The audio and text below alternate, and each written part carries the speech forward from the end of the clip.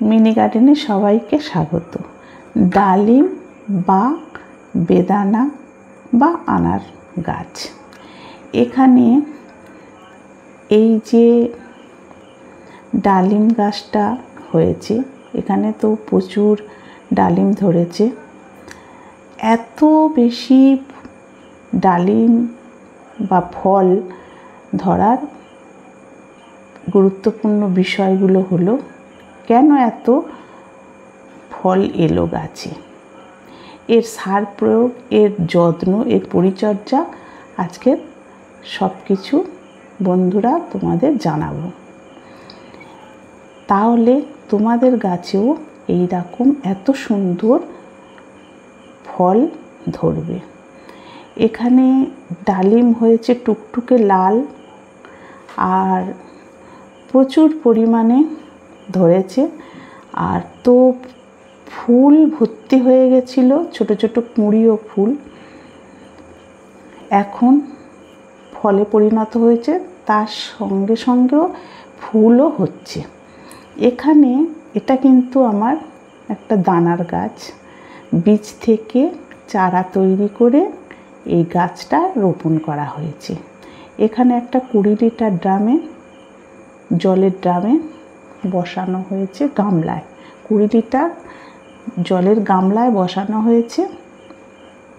এর মাটি বলতে গোবর সার আর বালি আর সাধারণ বাগানের মাটি একত্রে মিশিয়ে এই মাটি প্রস্তুত করেছি আর এই গামলায় রোপণ করেছি। তারপরে কিন্তু এ বেশ ফল দিয়েছে। এই গাছটা আমার 5 থেকে 6 বছর হবে। এই 6 বছরে পড়েছে এই গাছটার বয়স। এই গাছটা থেকে এর আগেও আমি অনেক ফল পেয়েছি। আর এই বছর, গত বছরে কিন্তু 10খানা ফল হয়েছিল, আর এবছরে তার ডবল হয়েছে, আরও বেশি কুঁড়িও রয়েছে। এখানে সার বলতে দিয়েছিলাম শিংকুচি আর সুপার ফসফেট, সরিষার খোলের গুঁড়ো আর সবজি ভিজানো জল, এই দিয়েছি। আর সবজি ভিজানো জল দিই, আবার অনেক সময় ভিজিয়ে দেওয়া সম্ভব হয় না, তখন কি করি, রোদ্দুরে ভালো করে শুকনো করে গুঁড়ো করে সেইটা দিই। এটা হচ্ছে কম্পোস্ট সার হিসাবে ব্যবহার হয়, কিচেন কম্পোস্ট। আর এর গাছের রোগ পোকা বলতে ছোট ছোট মিলিবাগও হয়, আর ছোট ছোট মাছি পোকাও হয়। কিন্তু এগুলো হওয়ার একটা দুটো যখন দেখতে পাচ্ছি যে হয়েছে, তখন আমি একতারা স্প্রে করি, তারপরে ফাঙ্গিসাইড স্প্রে করি, করলে ঝরে যায়, অসুবিধা হয় না। যখন প্রথমেই বুঝতে পারি যে গাছে পোকা লেগেছে, 2-1টা যখন দেখতে পাই, তখন আমি জল স্প্রে করে ধুয়ে পরিষ্কার করে দিই, তাতে হয়ে যায়। আর বেশি কিছু কীটনাশক দিতে লাগে না। আর এই গাছের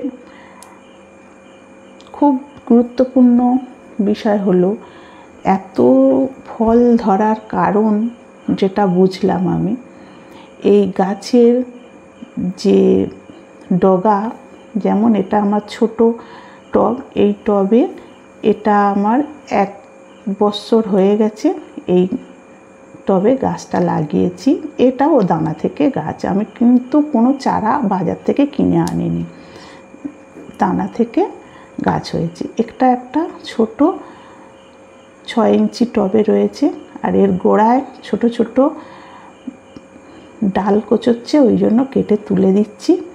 আর এর একটা গুরুত্বপূর্ণ বিষয় হলো যে গাছের এই যে ডোক বেরিয়েছে, নরম কচি, এইগুলো কিন্তু কেটে বাদ দিয়ে দিতে হবে, কারণ গাছের শক্ত ডালে ফল ধরে, নরম ডালে কিন্তু ফল আসতে চায় না। যদিও ফুল আসে এই আগায়, তাহলে কিন্তু সেটা ঝরে পড়ে যাবে। ওই জন্যে এই গাছের ফল আনতে গেলে এর প্রত্যেকটা ডগা কেটে বাদ দিয়ে দিতে হবে, তাহলে কিন্তু এইরকম শক্ত ডাঁটা আসবে, আর সেই শক্ত ডাঁটায় ফলটা ধরবে। যেমন এই বড় গাছে এইভাবে কিন্তু আমার ফলটা ধরেছে এই গাছটায়। এই গাছটায় এখন 20-25খানা ফল ধরে রয়েছে। ভালো করে দেখলে বুঝতে পারবে বন্ধুরা, এখানে প্রচুর ফল ধরে রয়েছে। আর কয়েকটা ফল পাকার বা তোলার সময়ও হয়ে গেছে, তুলে নিতে হবে। আর বাকিগুলো কিন্তু একটু দেরি হবে। এই ফুল যখন হয়, ফুল থেকে ফল পাকা পর্যন্ত এর সময় লাগে 7 থেকে 8 মাস। 8 মাস পরে কিন্তু এই বেদানা বা আনার গাছে এই ফলগুলো পেকে যায়, তোলার সময় হয়ে যায়। যেমন এইটা কিন্তু আমার সময় হয়ে গেছে তোলার, তবু আমি এখন তুলছি না, সময় নিচ্ছি। এইভাবে বন্ধুরা তোমরাও কিন্তু এই ডালিম বা আনার গাছ লাগাতে পারো, কোনো অসুবিধা হবে না। আর অনেক সময় আমরা শুনেছি যে এই ডালিম বা আনার গাছ যদি আমরা বাড়িতে রাখি একটু অশুভ বলে অনেকে রোপণ করতে চায় না, কিন্তু কোনো ফলের গাছ অশুভ হয় না, কারণ আমরা ভগবানের উদ্দেশ্যে এই ফল আমরা নিবেদন করি আর তা প্রসাদ হিসাবে আমরা গ্রহণ করি। সেই জন্য কোনো রকমভাবে অশুভ হয় না। বন্ধুরা তোমরা নির্দ্বিধায় এই গাছ রোপণ করো, ভালো ফল পাবে।